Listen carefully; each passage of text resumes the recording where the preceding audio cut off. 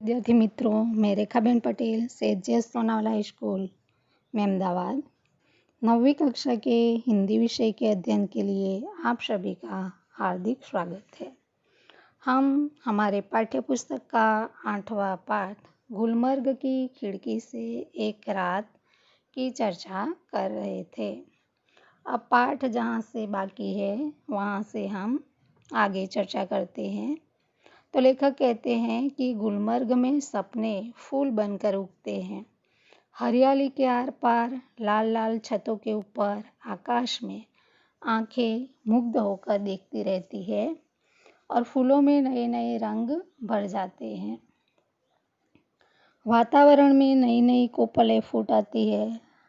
हर क्षण एक नए अनुभव, नए रोमांच की सृष्टि होती है।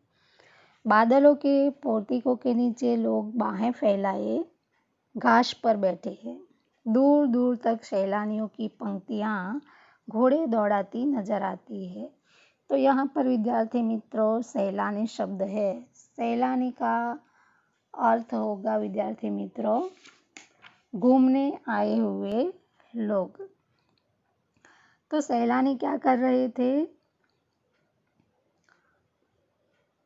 घास पर कुछ सैलानी घास पर बाहें फैलाए बैठे थे और कुछ सैलानी घोड़े दौड़ाते नजर आते हैं।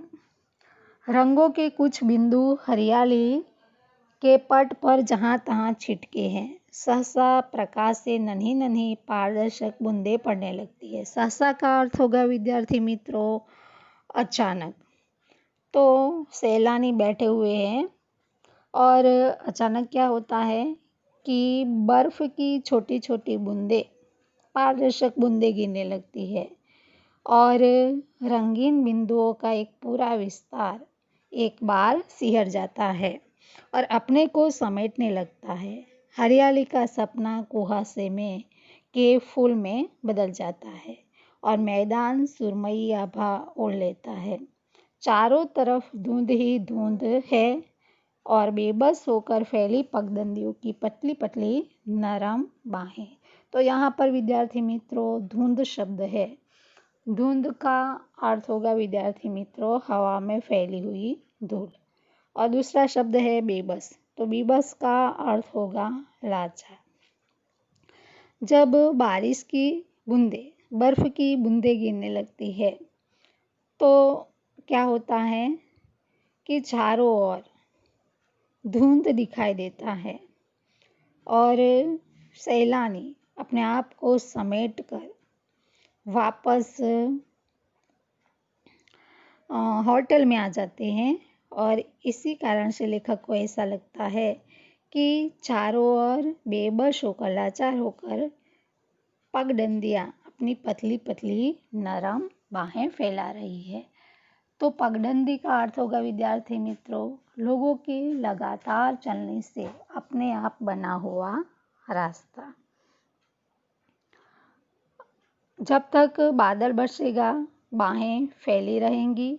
ऐसी ही कोमल विस्मृत और निधाल सूरज चमकेगा तो फूल में से नया सपना जन्मेगा। आकाश में बादलों के नन्हे नन्हे द्वीप इधर उधर भटकते फिरेंगे। जब सुबह होगी तो लेखक क्या कहते हैं कि नया सपना चमकेगा और आकाश में बादलों के नन्हे नन्हे द्वीप इधर उधर भटकते फिरेंगे। भेड़ों और बकरियों के रेवड़। रेवड़ का अर्थ होगा भेड़ बकरियों का समूह पगडंडियों पर टंक जाएंगे और तब दिन रात की प्रतीक्षा करता सा प्रतीत होगा और रात आएगी तो क्या होगा सब कुछ खामोश हो जाएगा और मैदान की वह खामोशी भी जो दिन के समय इतनी वाचाल हो जाती है। तो यहाँ पर एक प्रश्न आएगा विद्यार्थी मित्रों कि लेखक ने गुलमर्ग के दिन को वाचाल क्यों कहा?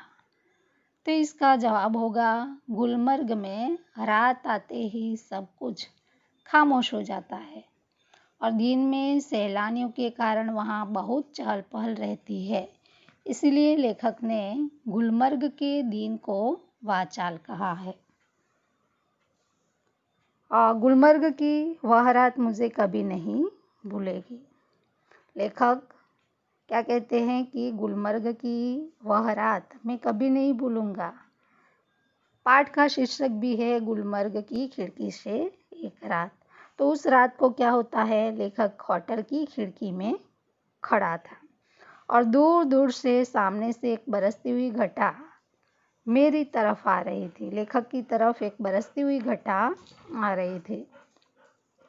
लेखक प्रतीक्षा कर रहा था कि कब वह घटा लेखक तक पहुँचे और उसे अपने में लपेट ले, उस पर बरस जाए। लेखक कहते हैं कि बरसती घटा में गिर जाने से बड़ा सुख मैंने बहुत कम जाना है। लेखक को बरसती हुई घटा में भीगना बहुत अच्छा लगता है। घटा ऊपर से गिर आए और व्यक्ति को छोटा करके उस पर छा जाए, वह इससे अलग स्थिति है। इस बार आती हुई घटा का हर संकेत मेरे सामने था और मैं उसके बराबर का होकर अपनी खिड़की में खड़ा उसे बुला रहा था कि आ आ आ, मैं तुझसे कमजोर नहीं हूँ। लेखक इस बरसती हुई घटा में भीगने का आनंद लेना चाहते थे और वह सोच रहे थे कि कब यह बरसती हुई घटा उस तक पहुँचे और उसे अपने में लपेट ले। परंतु क्या होता है कि हवा तेज थी और घटा तेजी से नहीं बढ़ रही थी और अचानक हवा रुक जाती है और घटा वहीं पर रुक जाती है। तो लेखक का जो सपना था बरसती हुई घटा में भीगने का, वह सपना अचानक टूट जाता है, अधूरा रह जाता है। लेखक यह सोच रहे थे कि अभी वह बरसती हुई घटा आकर मुझ पर टूट पड़ेगी और मैं भी बाहें फैलाकर उसे अपने ऊपर लेने के लिए तैयार था। परंतु हवा के रुक जाने से घटा वहीं पर रुक जाती है और लेखक को अफसोस होता है। तो विद्यार्थी मित्रों, आगे के पाठ की चर्चा हम अगले वीडियो में करेंगे। नमस्कार।